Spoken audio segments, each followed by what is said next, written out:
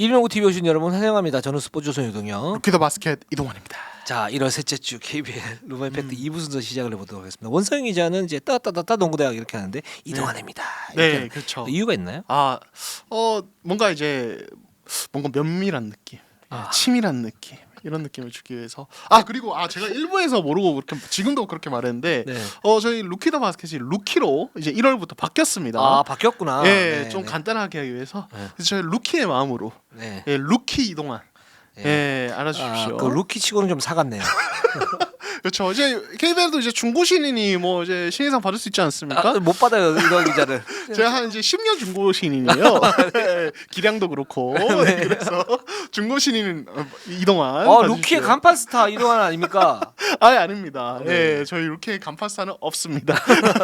모두가 또 이제 KGC처럼 모두 협동하는 그리고 아무튼 루키. 루키 저희 이제 상호라고 하나요? 뭐라고 해야 되죠? 제호. 네. 제호 변경됐다. 네. 홍보하겠습니다. 루키 많이 사랑해 주세요. 네.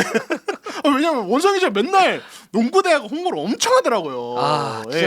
회사의 진심인 남자예요. 니들은 이런 걸 너무 이용해.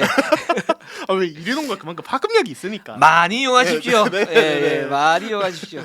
네. 좋습니다. 자, 댓글로 정치에서 댓글부터 소화를 하고 가도록 할게요. 자, 리 DH님이 윤원상 쓰더라도 10분에서 15분 쓰는 게 맞다고 봅니다. 이렇게 하시면 쭉 얘기하셨는데 저희가 또 일부에서 윤원상 얘기하시면 했던 내용과 굉장히 또 일치하는 네, 부분. 그렇죠. 추천인간 조절을 하는 게 맞고 그래서 카드를 만드는 게 맞다. 그게 또 하나의 또 변수가 될 수 있다. 이렇게 말씀드리면 될 것 같아요. 좋은 얘기입니다. 네, 좋습니다. 그리고 TJ 워렌님이 최준영이 다재다능한 건 인정합니다. 하지만 확실한 무기는 없어 보입니다. 이렇게 하시면 쭉 적어주셨습니다. 네, 저희가 뭐 이제 SK 또 이제 일부에서 얘기를 할 때 좀 언급했던 부분인데, 그러니까 사실 최준영이 이제 지금 이제 뭐 한간에 뭐 들렸던 소문 중에 뭐 서머리그에 대해서 어떤 이제 도전에 대한 어떤 이런 부분 했는데, 그러니까 이 선수가 가진 신장이나 그 신장림이 뭐 볼 핸들링 이런 것들이 뭐 부족, 뭐 이제 어느 정도 아시아권에서는 굉장히 탑급인 건 맞는데 이런 이제 지적하신 부분, 공격에서 확실한 무기 부족한 부분, 그리고 사실은 신장 대비 볼 핸들링이 그 이제 당연히 해외에서의 기준으로는 또 그렇게 탁월한 것까지는 아니에요. 맞아요. 안정적인 거죠. 안정적인 거죠. 그래서 이런 부분에서 저는 최준영이 전 스텝업할 여지가 충분히 있는 선수라는 생각이 들고, 다만 이 스텝업이 되면은 뭔가 또 되게 하이 레벨로 갈 수 있고, 그렇죠. 그게 안 되면은 그냥 딱 한 지금 정도, 그래서 MVP 먹을 수 있고 약간 그 정도까지이지 않을까 KBL에서 딱 그런 생각이 듭니다. 그렇죠. 지금도 너무 잘해주고 있고, 음. 근데 이제 최준영 같은 경우 이제 절대 에이스는 아니다. 물론 이제 리그에 절대 에이스가 거의 없어요. 거의 없죠. 좀 나왔으면 좋겠는데 최준영의 그런 이제 어떤 포텐셜, 그런 실력을 가지고 있는 건 맞는데, 그런 부분에서는 뭐 약간 아쉽다는 부분들에 대한 비판, 이 부분은 저는 맞다라고 생각이 듭니다. 네, 좋습니다. 네. 자, 그리고 챈들러 빙구님이 가스공사 선수 구성이 트랜시 속도가 느릴 수밖에 없는 건가요? 은도의 할로웨이 포함해서 포워드 전부가 슛도 되고 속공도 되는 장신 라인업이라고 생각했거든요. 이렇게 얘기하시면서 이제 가스공사에 대한 이야기 좀 해주셨습니다. 요 얘기를 저희가 가스공사 전에서 좀 말씀을 드릴게요. 네, 같이 좋습니다. 이제 연결돼 있는 부분이 있기 때문에 챈들러 빙구님 질문 너무 감사드리고요. 자, 그리고 올드스쿨 MBA님이 네. 포포비치는 삼성 살립니다. 포포비치는 삼성 살릴 거예요. 예, 맞아요. 네. 저희가 그 세계적인 명장을 너무 무시했어. 그렇죠. 예. 그 정도로 이제 삼성이 좀 힘들다. 이제 좀 저희가 빗대어서 표현을 한 그렇죠. 거죠. 예. 뭐 포포비치라든가 뭐 지금은 이제 감독 생활을 안 하고 있지만 브래드 스티븐슨이라든가 이런 감독님은 살릴 겁니다. 그렇죠. 그럴 수 있죠. 예. 브래드 스티븐슨은 저하고 갑이에요. 정말입니까? 네. 브래드 스티븐스 감독과 네. 단장이죠 지금은. 네네. 전 네. 나이가 똑같아요. 그렇군요. 네, 알겠습니다. 그렇습니다. 네, 알겠습니다. 저는 브래드 스티븐스 감독이 굉장히 젊은 이미지가 예전부터 있어가지고 더 브래드 스티븐스가 조금 더 어릴 줄 알았어요.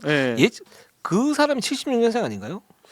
아님 말고요. 네, 거의 그쯤 될 걸요. 네. 굉장히 전 젊은. 그런 걸 알고 있어요. 그래서 네. 제가 그때 누구는 지금 감독하고 있는데 난 지금 뭐 하고 있지? 뭐 이런 생각을 했었습니다. 그렇군요. 네, 좋습니다. 네, 그리고 구독환님이 차민석은 언제 돌아올까요?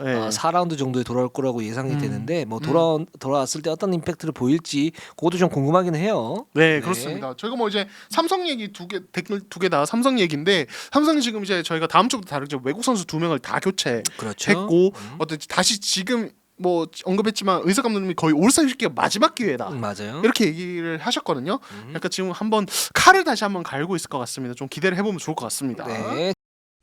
자 캐롯으로 한번 가보도록 하겠습니다. 전반기 성적이 6승 15패 공동 5위고요. 네. 자 캐롯 지금 좀 어떻게 보십니까? 그러니까 1, 2라운드까지 어떤 돌풍 굉장히 무서웠고 뭐 전성현은 정말 어마어마한 퍼포먼스였는데 3라운드부터는 이제 두 가지 변수인 것 같아요. 결국에는 이제 이 팀이 가지고 있는 양궁농구 기복이 좀 있다는 것. 터질 때 터지고 안 될 때는 좀 불안한 부분. 그리고 이제 결국에는 이 데이비드 사이먼의 어떤 이제 부상 교체로 인해서 외국 선수 쪽에서의 안정성이 약해졌고 이게 저는 꽤 강점이었다는 생각이 들거든요. 맞아요. 그리고 결과적으로 봤을 때 제가 시즌 전에 캐롯 외국 선수 구성 결정됐을 때 유동 기자는 괜찮을 거다. 네. 저는 별로다는데 그 거의 유동 기자가 완벽하게 들어맞았습니다. 네, 괜찮을 거라 봤는데 네, 사이먼이 네. 다쳤어. 네, 그렇게 되면서 이제 네. 이렇게 좀 내려온 게 아닌가. 근데 사실 시즌전 기대치에 비하면 이것도 되게 잘하고 있는 건 맞아요. 맞아요. 네, 그렇습니다. 네. 자 MVP를 한번 볼까요? 뭐 전성현이죠. 네. 볼 거 없습니다. 네, 저는 캐롯이 6강 가면 전성현의 그냥 시즌 MVP도 노릴 수 있다고 아 생각해요. 가능하다고 생각합니다. 네, 네, 아. 그렇죠. 그 지금 이렇게 볼 때 그 상위권 전력을 볼 때는 뭐 음. 자 SK, KGC 또는 현대모비스, LG 여기 뭐 KCC 이렇게 있는데 지금 KGC가 그때 말씀드린 것처럼 MVP를 받을 마땅한 선수가 없어요. 그래서 투표를 좀 나눠줘야 되는 지금 상태면 그렇죠. 그런 상태에서 만약에 캐롯이 6강을 간다?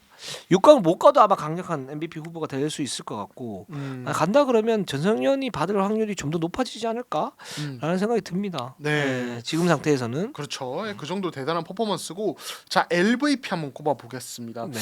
저희 둘 다 이제 빅맨을 뽑았습니다. 빅맨이죠. 결국에는 예, 네. 캐롯의 아킬레스건 쪽이 부분이 더 부각이 되는 것 같고 유도혁 기자는 이종현, 네. 저는 이제 박진철을 꼽았습니다. 이정현 같은 경우에는 시즌 막판에 뭐 임팩트를 좀 보이긴 했어요. 네, 근데 그 전에 너무 못했다. 그러니까 기회가 너무 없었고 그렇죠. 기본적으로 김승희 감독이 전력 외에 판정을 갖다 내렸고 사이먼이 지금 없어지면서 결국 이제 이정현 선수를 그 자리에 박았는데 어느 정도 지금 역할을 하고 있다. 그러나 전반기 내내로 볼 때는 그렇게 뭐 좋은 편은 아니었고 후반기는 좀 기대가 될 만하다. 이렇게 말씀드릴 수 있을 것 같습니다. 아, 네. 저는 이제 박진철 꼽았는데 그러니까 결국에는 이제 캐롯이 좀 이제 그 4번 쪽이 뭐 지금 최현민이 워낙 잘해주긴 했지만은 네. 이쪽에서 박진철이 좀 자리를 잡고 뭔가 적응을 잘했다면은 좀 캐롯이 그러니까 쓸 수 있는 옵션이 많아졌다는 생각이 들어요. 맞습니다. 박진철 투빅으로 쓰면서 뭔가 그런 부분도 생각을 할 수 있었을 텐데 박진철이 좀 기대 못 미쳤다. 그러니까 여기에는 이제 뭐 요인이 있는데 일단 이 선수가 김승희 감독님 말로는 공격 쪽에서 뭔가 좀 세밀함이 좀 떨어진다는 이야기를 하시고 또 캐롯 코칭 스태프에서 캐롯 특유의 그 수비법들이 있지 않습니까? 네. 여기서 박진철이 훈련할 땐 잘하는데 실전에서는 되게 헷갈려한다. 그러니까 어떤 실전 적응도 이런 부분이 좀 아쉬웠던 것 같습니다. 그래서 저는 박진철. 맞아요. 네. 박진철이 굉장히 좀 아쉽긴 해요. 그 부분만 좀 해결이 되면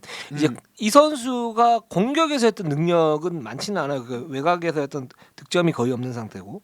근데 이제 워낙 이제 하드웨어가 좋고 피지컬이 좋기 때문에 좀 잘 쓸 수 있지 않을까 그랬는데 의외로 진짜 좀 많이 쓰지 못하면서 이렇게 됐습니다. 네, 좋습니다. 자 MIP 이정현입니다. 저도 이정현입니다. 네, 이정현입니다. 네, 저는 리그 전체로 봤을 때 지금 하윤기와 거의 경쟁 구도라는 생각이 들고 리그 전체로 봐도 이 선수 지금 전반기 끝나기 직전에 3점 9개 넣는 네. 형이 봤을 때 물론 이제 가스공사 수비도 좀 문제가 있었다는 생각이 드는데 그렇죠. 그냥 거의 지금 이정현과 전성현은 약간 KBL판 스플래시 브라더스 가까이 맞아요. 진짜 그렇게 되는 것 같아요. 그런 느낌이 있어요. 진짜. 네. 네. 좀 약간 바뀌긴 했지만 네. 뭐 골든 스테이트에서는 이제 커리가 이제 메인이라면 여기는 지금 전성현이 메인이고 그쵸. 이정현이 이제 세컨이긴 하지만 굉장히 좋고 이 선수가 이런 식으로 간다 그러면 저는 베스트 5에도 뽑힐 수 있지 않을까? 베스트 5급입니다. 네, 네. 그리고 MIP 탈 수 있고요. 그런 생각이 듭니다. 네, 좋습니다. 자, 그럼 정규리그 순위와 플레이오프 예상을 좀 해보겠습니다. 사실 저는 캐롯을 욕심대로라면 한 6위 정도에 놓고 싶었어요. 굉장히 고민이 많았어요. 네. 근데 이 캐롯이 전반기에 사실 조금 더 올라갔어야 돼요. 그러니까 사이먼이 부상이 없이 뭐 예를 들어서 19승 정도, 20승 정도를 하고 후반기를 맞이했을 때는 이 팀의 어떤 본원적인 약점이 있고 이 부분을 상대가 고려를 하게 된다면 좀 이제 승수는 좀 떨어질 것이고 근데 그럼에도 불구하고 6강을 갈 수 있을 거라고 봤는데 사이먼 때문에 부진해서 지금 16승 15패예요. 그러니까 네. 5할에 약간 플러스 1승인데 이렇게 되면 후반기 좀 위험하지 않을까라는 생각이 듭니다. 네, 저도 이제 뭐 비슷한 이유로 좀 7위로 꼽았고 그러니까 어쨌든 결국에는 치고 나갔다가 이게 김승기 감독님이 이제 뭐 이동 기자께서 비판을 하시지만 어쨌든 그 말대로 이제 내려가고 약간 예, 우리 내려갈 거예요. 약간 그런 느낌이 들거든요. 네. 그러니까 제가 봤을 때는 이제 트레드웰이 알레치로 바뀐 건 분명히 그래도 플러스이긴 한데 플러스죠. 예, 근데 그렇다고 해서 알레치가 사이먼만큼의 어떤 안정감이나 뭐 전성현 이정현과의 어떤 합을 보여줄 건 사실 또 그건 또 아닙니다. 그렇죠. 예, 그러니까 그렇게 봤을 때 캐롯은 뭔가 그냥 전력적인 한계가 좀 느껴지면서 서서히 내려가면서 한 7위 정도로 마치지 않을까라는 생각이 듭니다. 네. 그렇습니다. 자, KT로 한번 가보도록 할게요. 자, KT 13승 17패 7인데요. 자, 이 팀 이제 3라운드, 4라운드에 뭔가 반전이 일어났을 때 외국 선수 교체하면서 올라왔고, 자, 한번 저희가 픽을 해보도록 하겠습니다. 저는 정성우. MVP 정성우. 네. 네. 저는 이제 하윤기 꼽았습니다. 그렇습니다. 네. 그러니까 저는 먼저 말씀하시겠어요? 네, 하윤기. 하윤기 워낙 임팩트 좋으니까. 네, 그러니까 어쨌든 KT가 지금 이제 최근 상승세였던 빅라인을 중심에 저는 뭐 지난주에도 얘기를 했지만 하윤기가 있다는 생각이 들고 이 선수 그러니까 사실 1, 2라운드 진짜 안 좋았잖아요 KT가. 네. 근데 이 선수는 그 와중에도 나름 분전을 했어요. 그러니까 그래도 이제 확실하게 A에 가깝게 줄 수 있는 선수가 하윤기가 아닌가라는 생각이 들어서 저는 하윤기를 꼽았습니다. 저는 그러니까 항상성이 저는 굉장히 중요하다고 생각하고 왜냐하면 어떤 선수가 어느 정도 역할을 할 것이다라고 하는 그 예상 포인트를 잡아주는 게 사령탑 입장 또는 팀 입장에서는 경기 플랜을 세우는데 굉장히 중요하거든요. 근데 거기에서 정성호는 거의 이제 핵심 그러니까 주전 붙박이 주전 포인트 가드였고 그리고 나름 잘했어요. 그러니까 뭐 야투리 좀 떨어질 때도 있었고 기복이 살짝 있기도 했었지만 수비를 그렇게 해주면서 공격까지 그렇게 이끌어준다 이렇게 봤을 때는 KT가 반등을 할 수 있었던 요소 그러니까 많이 떨어졌다 다시 올라왔는데 거기에서 버팀목이 저는 정성우였다 이런 생각이 듭니다. 네, 좋습니다. 자, 그럼 MVP 한번 꼽아보도록 하겠습니다. 예, 유독 기장에서 김동량. 예, 이 선수 FA로 이번 시즌에 왔죠. 예, 그렇습니다. 그러니까 예. 저는 근데 왜 KT가 계속 그 빅맨을 고집하는지 모르겠어요. 그러니까 하윤기가 있잖아요. 여기에 김민욱은 쏠쏠한 스트레치 4란 말이죠. 그렇죠. 3점을 던질 수 있는. 근데 김동량을 또 데리고 왔어요. 네. 근데 이 팀이 그러면 높이가 떨어지느냐? 아니 스몰 라인업을 돌릴 수도 있는 거고 양홍석도 있고 김동욱도 있고 김영환도 있는데 물론 뭐 하윤기 백업이 필요하다. 근데 그러면 김민욱 쓰면 되지. 그렇죠. 뭐 이런 생각이 들어서 이 선수가 사실 KT에로 이제 왔는데 활용도가 없죠. 네, 사실은. 활용도가 실제로 없어요. 그러니까 이거는 뭐 김동현 선수였던 문제점이라 일 수도 있지만은 KT가 왜 김동량을 데리고 갔지? 저는 이런 이제 고민이 좀 들었던 그런 이제 픽입니다. 그러니까 중복 투자에 그렇죠. 대한 어떤 부분이고 네. 저는 이제 은놓고 그러니까 그러니까 저는 뭐 사실 공격은 그렇게 기대는 안 했습니다. 근데 수비에서라도 뭔가 될 줄 알았는데 의외로 그렇게 이제 은도에 더불어서 존재감이 그렇게 강하지 않았고 뭐 이제 사실 프로스퍼처럼 이제 스트레치라도 되면 폭발적이지 않더라도 그렇게 되면 이제 뭔가 이제 코트를 넓게 쓰는 효과라도 있을 텐데 뭔가 아무것도 안 됐다는 생각이 들어요. 은놓고의 어떤 뭔가 이 선수 때문이다, 이 선수 혼자의 잘못이다 이렇게 보진 않지만은 그 약점이 좀 분명히 존재했다. 그래서 은놓고로 꼽았습니다. 예, 맞습니다. 자, 네. 그러면 MIP 한번 가보도록 할게요. MIP는 저희 동일합니다. 네, 한의원입니다. 한의원. 네. 네. 그러니까 이 선수를 처음 데려왔을 때부터 손흥민 감독님이 한의원은 수비 카드로 쓰겠다. 왜냐면 근데 사실 이 선수가 대학 때는 거의 공격적인 면에서 좀 날렸던 선수고 약간 대학 리그에서도 손꼽히는 스코어러 중 한 명이었기 때문에 이제 솔직히 저는 좀 의아했거든요. 손흥민 감독님 처음에 데려왔을 때 그 얘기를 하셨을 때 트레이드로. 네. 예. 근데 그 위에 상무 다녀오고 들어와서 이번 시즌 활용되는 거 보면 이 선수 왜 그렇게 점 찍었는지 알겠다. 높은 에너지 레벨이나 뭐 이런 것들을 봤을 때 이 선수가 윙에서 되게 좀 수비 카드로서 되게 좋은 역할을 하고 있다는 생각이 들어요. 그래서 한의원을 꼽아봤습니다. 이 선수가 좋은 게 뭐냐면 가드 같은 움직임을 보이면서 수비에서 탄탄해요. 그래서 이 선수를 어떤 식으로 넣어놔도 KT의 어떤 높이가 보장이 되면서 네. 외곽의 어떤 활동력까지 보장이 될 수 있는 그런 카드. 그리고 그 역할을 실제적으로 잘 해왔어요. 그렇기 때문에 저도 한의원. 네. 좋습니다. 자, 그러면 이제 정규리그 최종 순위와 플레이오프 결과 예측을 한번 해보도록 하겠습니다. 저는 아직 KT에 대한 미련이 있나 봐요. 네. 저는 3위. 네. 예, 그 이제 시즌 전에 네. 또 이제 속초 다녀오시면서 KT에 대한 기대치가 굉장히 높으셨거든요. 네. 그러다 많이 실망도 하셨는데 다시 한번 기대를 가져보시는 겁니까? 네, 그렇죠. 이 팀은 높게 갈 수 있다 그래도 네. 예, 좀 이유를 좀 얘기해 주시죠. 아니 그대로요. 그러니까 이 팀이 후반기에 아마 전반기 막판에 정신을 차렸고 두 외국인 선수 들어오면서 합이 잘 맞아요. 그러니까 합이 잘 맞다라는 건 뭐 이동희자 얘기했다시피 우리가 계속 얘기를 하지만 이 선수들이 내외곽에서 어떤 경기를 하는데 또 좋은 게 뭐냐면 이 두 선수가 승부를 할 줄 알아요. 그쵸. 음. 예. 거기에 팀 동료를 살릴 줄 아는 어떤 역할을 하고 그 속에서 안쪽에 스페이싱이 나는데 그걸 하윤기와 양홍석이 번갈아 공략을 하고 김동호하고 김영환이 있고 정성우가 있고 한의원도 있단 말이죠. 여기 박지원이나 쓰지 않는 카드들도 있어요. 뭐 이걸 얼마나 잘 쓸지는 모르겠지만 그래서 KT가 일단 전반기 상승세는 굉장히 큰 상승세인데 여기에서 좀 떨어지다 하더라도 이 팀이 2승 1패 전략 가지고 가면서 뭔가를 할 수 있을 것 같다라는 생각이 듭니다. 네. 3위까지 갈 수 있다. 네. 그러니까 이제 그 모 관계자 그런 얘기했어요. KT는 지금 로스터상 이렇게 못할 수가 없는 팀이다. 그러니까 그게 어떤 얘기냐면 선수층이 굉장히 두텁다는 거예요. 맞아요. 사실은 맞아요. 예, 원래는 지금도 순위가 이렇게 더 높아야 되는 팀이거든요. 뭐 좀 여러 가지 변수들이 있더라도. 그러니까 그 말은 후반기에 치고 나갈 수 있는 힘이 분명히 있다는 거고 외국 선수 교체에 대한 어떤 시너지와 어떤 긍정적인 부분이 분명히 네. 전반기 막판에 드러났으니까 저도 그 부분 긍정적으로 봐서 6기까지 났고 뭐 일대폰소도 합류를 하니까 어떤 가드 쪽에서 가용 자원.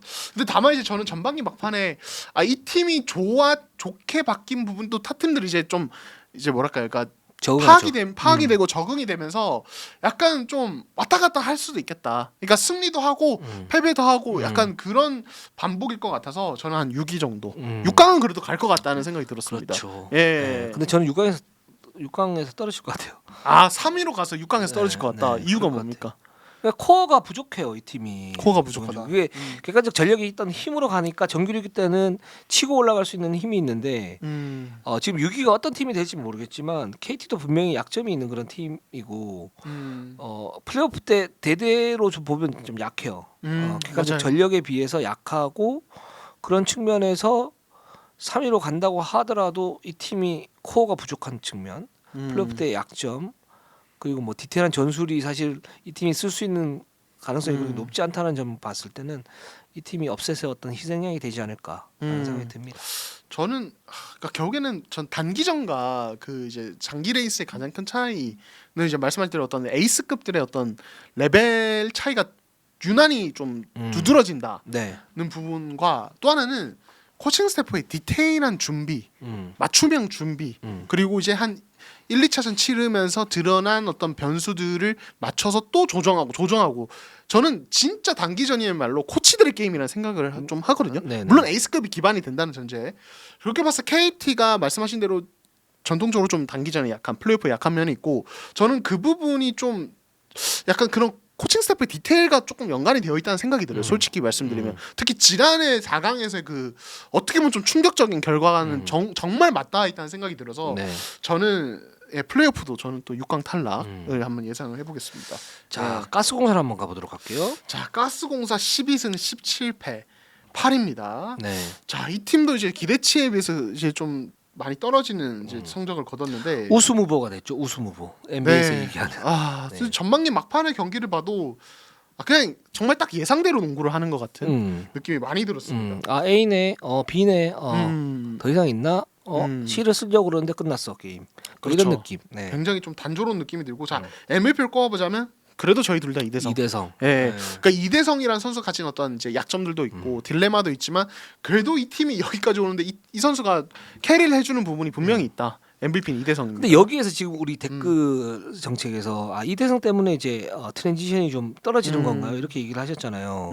근데 저는 이대성의 어떤 지분도 있다고 봐요. 그렇죠. 근데 네. 그건 말이냐라고 봤을 때는 뭐 확률로 따지면 한 30에서 40%는 이대성의 어떤 지분이 있고 나머지 이제 코칭 스태프의 문제인데, 그러니까 틀을 그렇게 만들어 놓지 않아요.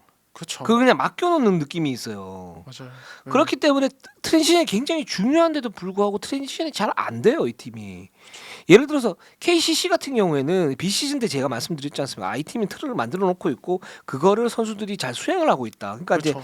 이제 이 부분도 이제 준비가 필요한데 이 팀은 그러니까 이대성이 들어왔어요. 그럼 이대성을 중심으로 또는 옆에 누굴 붙이냐 또는 빅맨이 어떻게 트레일러를 들어갈 것인가 또는 정효군이나 이대현은 어떤 역할을 할 것인가 또 얼리 어펜스를 어떻게 연결시킬 것인가 이런 게 준비가 돼 있어야 되는데 이게 사실은 그냥 속공이 둥둥둥 하는 것 같지만 그렇지 않거든요. 근데 약속된 게 다 있어요. 네, 근데 네. 그 약속이 돼 있을지는 몰라도 코트에서 발현이 안 돼요. 거의 안 보여요. 네. 그래서 이거는 이대성의 어떤 그 플레이 스타일의 본연의 문제점, 그 자신의 어떤 페이스로 맞추려고 하는 그런 부분, 그게 이제 헤비볼 핸들러로 연결이 되는 부분인데 그 부분 플러스 구조를 그렇게 하지 않는 것, 그렇죠. 이게 같이 연결이 돼 있다고 생각이 듭니다. 저도 완전 공감입니다. 어떤 이제 그러니까 시즌 전 그리고 시즌 한 1라운드 초반만 해도 유동 감독님이 현장에서 이제 이야기를 나누면 수시로 세컨 브레이크라는 이런 얘기를 수시로 하셨거든요. 그러니까 이거 분명히 이제 좀 코칭 스태프가 좀 기대하는 부분이 있었을 거고 네. 시즌 전에 뭐 제가 제주도 얘기를 했지만 그때만 해도 은도의 영입이 확정된 직후라서 이번 시즌 좀 되게 빠르고 좀 재밌는 농구가 나올 수도 있다 이런 얘기를 하셨는데 이게 거의 나오지 않고 지금 전반기 맞아요. 흘러가 버렸고 은도에는 교체돼 버렸단 말이에요. 이건 사실은 실패예요. 예, KT 못지않은 어떤 시즌 전 플랜이 제대로 가동되지 않은 실패라고 보고 그 부분에 이제 말씀하신 요인은 저는 완전 공감합니다. 그 두 가지 요인이 좀 핵심인 것 같고 자 그럼 MVP 한번 꼽아보겠습니다. 저는 차바위. 차바위 네. 거의 뛰지를 못했죠. 건강하지 네, 못해서. 건강하지 못했고 돌아와서도 임팩트가 그렇게 크지가 않아요. 사실 음. 가스공사에서. 네. 이 선수는 이제 3&D 자원이에요. 굉장히 유용한 자원이고 어떤 락다운 디펜더로서 한 1, 2년 전만 해도 굉장히 가치가 높았던 그런 선수죠. 근데 부상 이후 돌아오면서 어떤 뭐 활동력 또는 에너지 레벨을 불어넣는 것 그리고 뭐 수비력은 여전히 좋지만 좋은 편이지만 그게 큰 영향을 못 미쳐요. 큰 영향 못 미치니까 다른 부분에서 할 수 있는 게 없어요, 이 선수가. 그래서 그렇죠. 저는 차바이 선수가 딱 들어왔을 때 딱 들어오면 가스공사가 좀 더 건강해지고 견고해지겠구나라고 생각을 했었거든요. 근데 그런 임팩트가 별로 없어요. 없다. 네, 그래서 저는 차바위. 예, 저는 이제 정효근 선수 꼽았습니다. 이게 네. 왜냐면 저는 기대치가 그만큼 높아서요. 그러니까 이제 방금 말씀드린 가스공사의 트랜지션, 네. 그래서 어떤 장신 자원에서 어떤 달리는 역할, 혹은 이제 가스공사 세트 오펜스에서 이 선수가 그래도 어느 정도 핸들링이 좀 되는 부분이 있으니까 뭐 빅픽앤롤이라든지 여러 가지 뭐 변수적 스페이싱을 좀 이제 도와준다든지 되게 좀 키플레이어라는 생각이 들었어요. 전술적으로 키플레이어 역할, 그러니까 이 선수가 영향력이 뭐 최준용이나 그 정도까지 안 가더라도 그런 그 가지고 있는 장점과 특성으로 인해서 그 역할을 할 수 있다는 생각이 들었는데 막상 실전에서 봤을 때는 이제 굉장히 펌블이라고 하죠. 볼을 좀 흘리는 플레이라든지 턴오버 그리고 좀 리스크 있는 플레이들. 물론 이제 부상면서 항상 감안해야 됩니다. 이 선수가 아직 몸 상태가 100%가 아닌 것 같고 부상에서 돌아온 지 얼마 안 돼서 그 부분을 감안해야겠지만 그 이름값과 기대치에 비해서는 사실은 좀 실망스럽고 이 선수의 지분도 있다. 제가 봤을 때는 좀 이제 가스공사가 안 좋은 부분은 그런 생각이 들어서 정효근을 꼽았습니다. 그렇죠. 네. 정효근 선수도 이제 실속을 그게 자기가 어떻게 이 팀에 융합이 되면서 자기가 그 팀의 어떤 효율 높은 공격 다른 부분들은 다 괜찮으니까 그렇죠. 효율 높은 공격을 어떻게 하고 슈팅 셀렉션을 어떻게 가져갈 것인가 리드 앤 리액트를 어떻게 잡아갈 것인가 이런 부분에 대한 고민이 좀 필요할 것 같아요. 네, 좋습니다. 자, MIP 한번 보도록 할게요. 자, MIP는 이덕 기자 할로웨이. 네. 저는 이제 신승민을 꼽았습니다. 그러니까 저는 간단합니다. 2옵션 선수가 1옵션 역할을 하고 있어요. 그래서 저는 할로웨이. 그러니까 예상 전에 저희 시즌 전에 그런 얘기를 했어요. 그러니까 가스공사가 좋은 점이 뭐냐면 할로웨이 존재다. 플랜 B가 있다. 은도회가 실패하더라도 할로웨이 이제 그 역할을 지금 하고 있고 근데 완벽하게 이 역할을 할 줄 몰랐어요, 저도. 근데 뭐 나름 잘하고 있고 근데 이 구조상 지금 할로웨이가 그러니까 역할을 못 하는 부분들이 있긴 해요. 예. 그런 점이 있지만 저는 할로웨이는 그렇죠. 그중 좋다. 이 옵션으로 데려온 선수가 이 정도면 뭐 네. 최고죠. 네네. 네. 저는 이제 신승민 사실 조금 MIP를 꼽기가 어려운 팀이기도 했어요. 왜냐하면 기본적으로 베테랑에 좀 어느 정도 레벨이 오는 선수들이 많아서 맞아요. 이런 이제 뭔가 급성장한 선수가 나오기 좀 힘든 구조이기도 한데 그리고 급성장한 선수가 많이 없었어요. 네, 실제로 가스공사는. 없었고, 네. 네, 근데 이제 그래도 신승민이 2라운드에 가스공사 한번 좀 치고 나갈 때 이 선수가 그 슈팅적인 면에서 좀 발전이 있었고 이동 감독이 좀 누누이 얘기하는 게 신승민은 약간 어떤 3.5번, 3번 수비가 되는 3, 4번 되는 선수로 가야 된다고 얘기를 했는데 신승민이 그 부분에서 저는 스텝업한 게 좀 보여서 저는 이제 신승민 꼽았습니다. 그렇죠. 네. 이제 3.5번인데 이 선수는 이제 3&D로 가야 돼요. 그렇죠. 제가 볼 때는. 그러니까 네. 어떤 공격적인 재능이 만약에 있다 그러면 그거를 이제 발현시켜서 확인을 시켜주면 되는 거고. 근데 지금 현 시점에서 어떤 기량을 볼 때는 3&D가 맞는데 그 부분을 잘 해줬어요. 예, 그리고 계속 이렇게 가면 장수할 겁니다. 예, 되게 감독님들이 좋아할 스타일의 선수입니다. 네, 그렇죠. 좋습니다. 자, 그러면 순위와 플레이오프 예측을 해보도록 이건 뭐 하겠습니다. 간단하죠. 저는 8위. 8위 네. 지금 위치 딱 유지할 네, 것이다. 딱 유지할 것이다. 네, 저도 뭐 이제 저는 9위인데, 음. 그러니까 저도 뭐 거의 비슷할 것 같은데, 그러니까 지금 이제 전반기 막판 보면 데본스캇이 데본스캇이 합류를 했고, 네. 뭐 이제 향후에 뭐 정효근도 다시 또 부상해서 돌아올 수 있겠지만 여기서 뭔가 더 치고 나갈 동력이나 급반전을 이뤄낼 어떤 변수를 만들지는 못할 것 같다는 생각이 들어요. 딱 이 정도에서 그냥 이기고 지고 하다가 그냥 딱 끝날 것 같은. 저도 똑같은 생각입니다. 네. 그러니까 솔직히 어떤 얘기 드리고 싶냐면, 그러니까 뭔가 바뀔 것 같은 기대감이 그렇게 안 든다고 해요. 맞아요. 맞아요. 예, 그런 느낌이에요. 예. 이 팀은 그래. 그래 이렇게 경기를 하네. 그래 맞아. 이게 가스공사지. 뭔가 바뀌어. 뭐 한 번씩 이렇게 이길 때 보면 뭔가 탁 나올 때가 있어요. 근데 그게 이제 그때는 이제 그렇게 생각이 들거든요. 이게 객관적 전력의 힘으로 이기는 건지 아니면 정말 바뀌어서 이기는 건지 다음 경기에 좀 살펴봐야 돼라고 생각이 들어요. 근데 다음 경기를 보면 여전히 똑같아요. 비슷한 어떤 약점들이 나타나고. 예. 저는 가스공사야말로 그러니까 선수층이 좋은 편에 속하는데 그래도 좀 전체적으로 시스템을 뜯어고쳐야 되는 팀이 아닌가. 솔직히 뭐 삼성이 이제 절박하다 뭐 이런 얘기 제가 아까 말씀드린 저는 가스공사도 전 되게 좀 많이 바꿔야 된다고 생각하거든요. 진짜로 후반기 맞아요. 반전을. 근데 그렇게 그럴 가능성은 낮아 보이고 스캇이 이제 분명히 괜찮은 2옵션인데 이 선수도 약점이 있고 그렇게 뭐 이제 다른 뭐 뭐랄까 그러니까 1옵션급들과 막 대항을 하면서 그 강점들을 살릴 정도 또 엄청 뛰어나냐 그것도 아니기 때문에 맞아요. 딱 그 정도에 머물지 않을까라는 생각이 듭니다. 그리고 저는 이제 시즌 전에 이대성 선수와 유동 감독 의외로 합이 좀 맞을 것 같다라는 말씀을 드렸잖아요. 그게 왜냐하면 유동 감독이 승부처에서 보면 1대1 그러니까 그 능력 있는 선수들을 이제 밀어주는 그런 포메이션을 많이 써요. 그게 이제 장단점이 있는데 그래서 이대성도 어떻게 보면 자유를 좀 더 줄 것이다. 그 실제로 그렇고 이대성도 지금 뭐 팀 내에서는 팀 공헌도가 높아요. 그렇죠. 근데 이게 팀 성적으로 연결이 안 돼요. 근데 이대성 선수가 초반인가 한번 말한 게 있죠. 뭐 시즌 끝나고 나서 입증을 하겠다 그랬죠. 그 입증을 한번 해봐요. 그러면 네, 후반기에. 네, 좋습니다. 네. 네.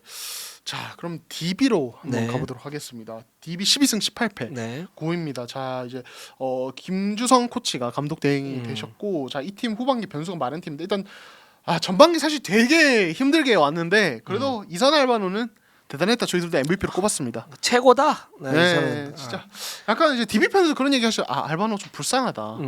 예, 그러니까 좀 이제 안정적인 동료들, 뭔가 안정적인 구성에 있는 팀에 갔으면은 이 선수는 진짜 거의 그냥 시즌 MVP 경쟁하는 데까지 가지 않았을까라는 생각도 들거든요. 그 정도 농구를 정말 잘합니다. 저는 이 선수 만약에 뭐 우승을 노리는 팀이 있다. 트레이드도 트레이드 해봐도 그러니까 아시아쿼터 같이. 그러면 이 선수는 제가 볼 때는 플레이오프 때 팀이 좀 그 짜여진 팀이 딱 만난다 이러면 훨씬 시너지 효과가 많이 나올 것 같아요. 그렇죠. 그리고 이 선수가 지금 다 보여준 게 아니에요. 여전히 이제 체력적인 어떤 부담감 많을 수밖에 없어요. 이 선수가 공수에서 보면 활동량이 굉장히 많고 그래서 공격에서 원래는 수비를 찢으면서 돌파하는 게 특기인데 이 선수가 쭉 멈춰요. 짧게 들어가서 거기서 미드 점퍼를 던지거든요. 그렇죠. 많이 비율이 높은데 원래는 이 선수가 쭉 들어가서 그냥 거기서 찢어놓거나 아니면 거기에서 이제 킥아웃 패스를 뿌리면서 뭔가 이제 하는 부분이 있고 또는 2대2 공격에서 뭐 이제 쭉 들어가서 이제 센터하고 같이 이렇게 뭘 하거나 이런 걸 잘하는 선수인데 지금 체력적인 부담감 때문에 그걸 잘 못하는 상황에서도 이 정도 역할을 한다. 저는 상당히 좋은 것 같아요. 네, 좋습니다. 자, 그럼 이제 MVP 한번 꼽아보도록 하겠습니다. 이제 결국에는 이 코어들 다른 코어들에 대한 이야기를 할 수밖에 없는 건데 저는 두경민, 김종규 예. 같이 꼽았습니다. 아주 간단해요. 돈값을 못 해줬다. 그렇죠. 프로에서 가장 중요한 거. 그러니까 직접적으로 얘기하기는 뭐 하지만 가장 중요한 거. 몸값 자기 몸값은 해줘야 되는데 그걸 못 해줬어요. 두경민은 부상, 김정규는 부진. 그리고 최근에 좀 좋긴 하지만 그 정도 가지고는 택도 없다. 더 해야 된다. 더 해야 된다. 예. 이 두 선수 때문에 사실은 시즌 플랜이 완전히 망가졌어요. 지금 DB가. 그렇죠. 네. 예.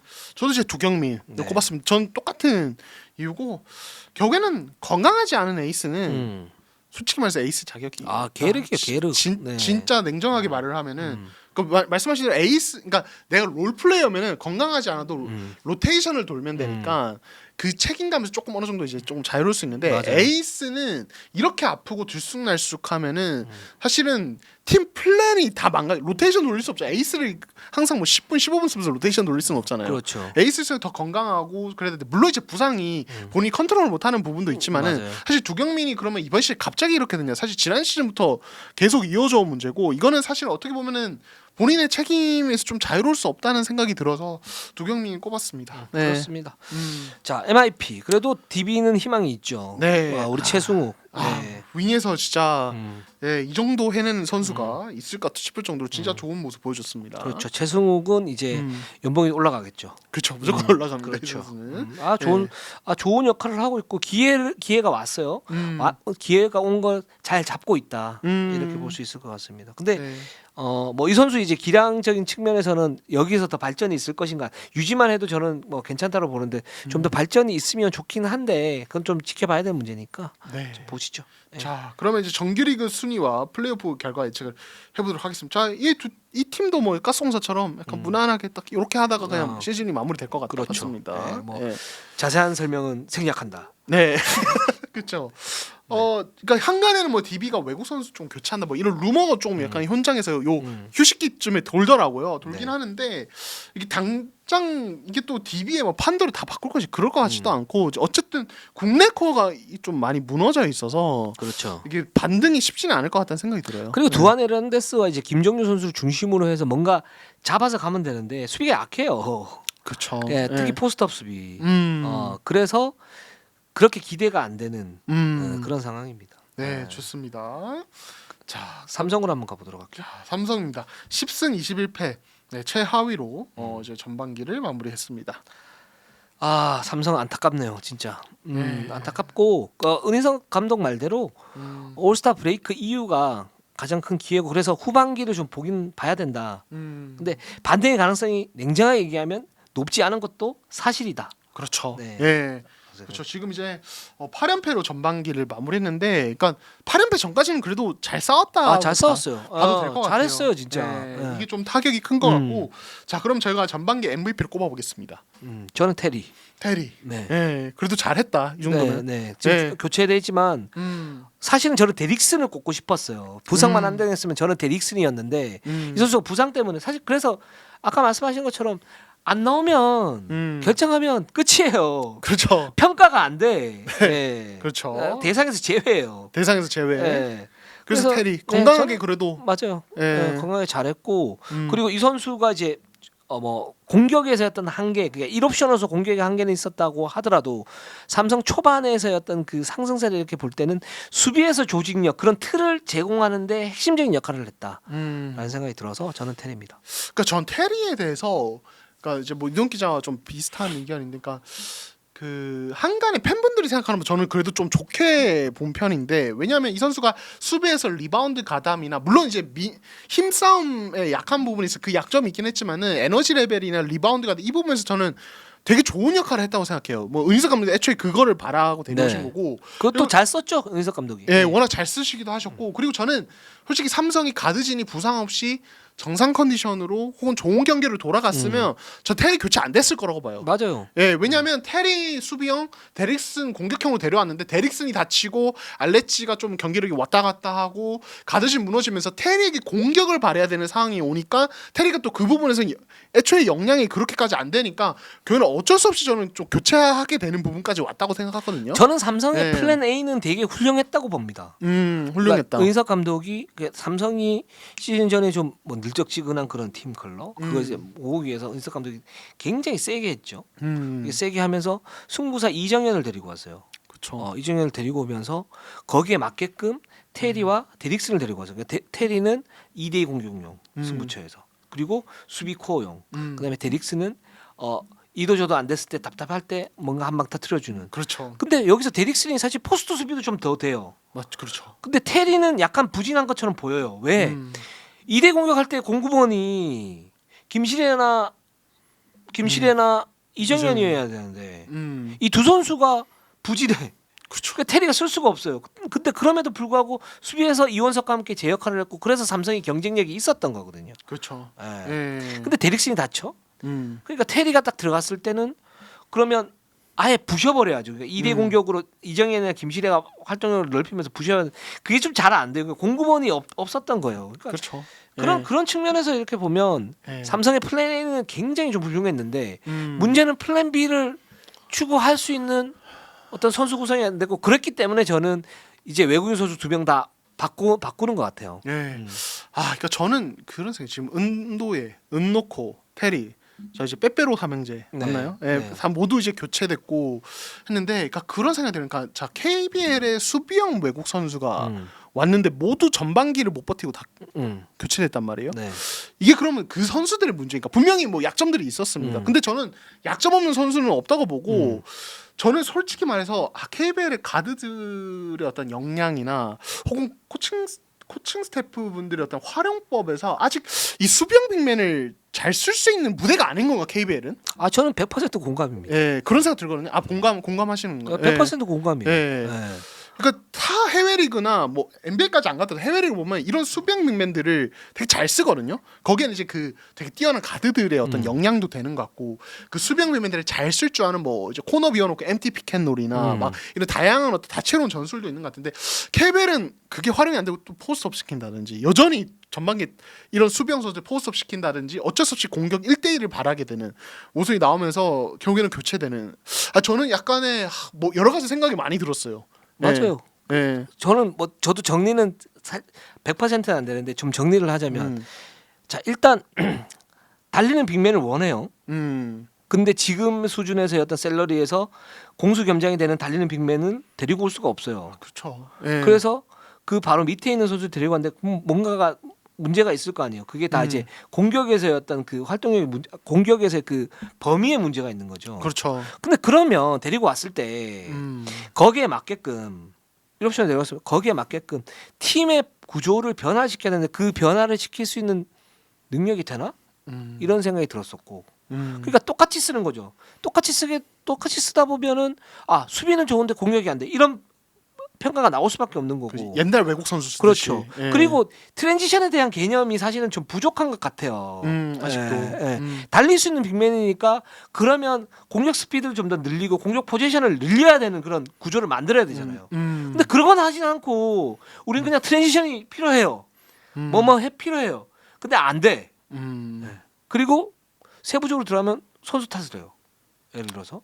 그 말씀하신 것처럼 세부적인 그런 공격의 그 수비 어떤 전술이 많다고 그러는데 수비 전술은 거기에서 그러니까 대응하는 어떤 전술이 많은 거지 실제적으로 신개념의 어떤 전술이 많은 건 아니에요. 근데 공격은 이런 선수를 데리고 오면 만약에 수비형 빅맨을 데리고 오면 여기에 맞는 포메이션을 완전히 다 뜯어 고쳐야 되거든요. 그거 외국의 사례들이 많죠. 그거 가지고 가서 뜯어 고쳐야 되고 그거를 또 자유자재로 활용을 해야 되는데 저는 이제 그런 능력이 떨어진다고 봅니다. 솔직히 말씀드려서. 네.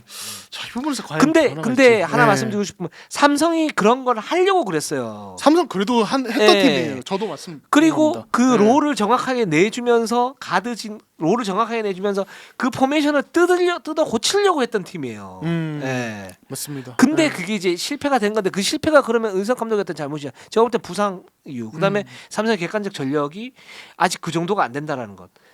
불음했던 부분. 이런 그렇죠. 부분이 겹쳐졌다고 봐요. 네. 좋습니다. 그나마 삼성이 그런 플랜 A를 통해서 뭔가 만들려고 했었다. 네. 네. 저 완전 동의합니다. 120% 네. 동의하고 저 이제 MVP 이정현 선수 꼽았는데 사실 뭐 다른 특별한 이유가 있다기보다는 사실 기록만 보면은 또 아쉬운 게 오히려 더 많았는데 삼성이 전반기 너무 부상등등이라 네. 그래도 많이 뛴 것만으로도 맞아요. MVP 받아야 네. 된다는 네. 이 나이에 그래서 저는 MVP를 줬습니다. 예. 좀 더 해줬으면 좋겠다라는 생각이 들어요. 저는 찐하게. 근데 네. 뭐 나름 네. 제 역할은 한다. 네. 자, 그리고 MVP. 네, 김시래입니다. 네, 저도 김시래입니다. 역시 안 뛰면 네. 어떻게 할 수가 없어요. 그렇죠. 네. 네, 부상이 너무 많았고 돌아와서도 이게 부상 여파 때문이죠. 부상 여파 때문에 경기력이 너무 안 좋다 보니까 뭐 삼성 팬들이 이제 거의 사실 김시래는 제가 봤을 때 커리어 동안 비판의 중심에 선 적이 잘 없거든요. 맞아요. 그 정도로 제 몫은 항상 하는 가드였는데 이번 시즌만큼은 여러 가지 변수로 인해서 약간 그런 상황이 된 것 같아서 좀 아쉬웠습니다. 굉장히 좋은 선수예요. 네. 좋은 선수고 분명히 정상적으로 가면 삼성에 굉장히 도움이 되는 선수고 게다가 김시래, 이정현 둘이 이렇게 가면 시너지가 날 수 있는 그런 선수들이에요. 들인데 안 뛰면 어떻게 할 수가 없다니까. 그게 그렇죠. 에이스의 숙명이에요. 네. 이렇게 비판받는 것도. 그렇죠. 그렇게 네, 생각하시면 건강한 됩니다. 모습 보고 싶네요. 네. 네. 자, 그러면 MIP 한번 꼽아보겠습니다. 예, 저는 이원석과 이호연. 네, 저도 이호연. 네. 네, 네. 좋습니다. 이호연의 스텝업은 저는 생각하게 되는 게 되게 많았어요. 이게 네. 전체 농구판에서 굉장히 네. 화제가 됐던 거예요.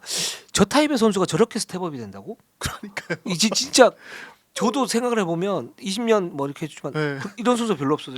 이호연이 대표적으로 날리는 선수였거든. 그렇죠, 그렇죠. 예, 그냥 깨작깨작하고 막 이런 선수였거든. 물론 뭐 막 네. 집중력 가지고 막 이렇게 하는 선수를 막 가대평가하는 건 아닌데 이호연은 솔직히 그동안에 좀 심했어요. 그러니까 네. 사실 삼성이 그 가드진 이슈가 원래 항상 있지 않았습니까? 김실애 없을 때나 뭐 이제 이럴 때 그때 이제 이호연이 이제 이상민 감독님 체제에서 기회도 받고 그랬었는데 사실 그때도 저는 경기 볼 때마다 저 선수는 지금 삼성의 상황이니까 저렇게 나오지 기회 받기 힘들겠다. 솔직히 그런 생각까지 했을 정도로 저는 굉장히 좀 낮게 평가를 했었거든요. 개인적으로는. 추상적인 네. 얘기지만 이렇게 네. 몰입해서 딱 보시다 보면 느끼실 거예요. 어떤 부분 느끼시냐면 다들 이제 공감하시고 느끼실 텐데 그 승부에 정말 동화되는 선수도 있어요. 책임지려고 하는 선수도 있죠. 근데 그렇지 않고 그냥 겉도는 선수들이 있어요. 이호연 사실 딱 그런 케이스였거든. 네. 겉도는 선수. 네. 근데 올 시즌에는 완전히 뭔가 네. 이 경기에서 내가 뭔가를 작사를 내고 갈 거야. 음. 이런 느낌인데 그게 자신의 어떤 장점인 기술과 연결이 되면서 굉장히 시너지가 지금 나고 있는 그렇죠. 그런 상태라고 볼 수 있을 것 같습니다. 네. 그리고 이제 뭐 이원석도 얘기하시지만 이원석도 이번 시즌 스텝 보면 대단했습니다. 그렇습니다. 네. 그러니까 테리어, 이원석 이 두 선수가 사실 삼성 수비의 어떤 핵심이었고 돌풍이었고 이원석도 이렇게 해서 좀 더 이제 성장을 한다면 아직 이제 시간이 좀 있으니까 성장한다면 삼성 골밑의 어떤 핵심으로 에이스로 자리매김할 수 있을 것 같아요. 네.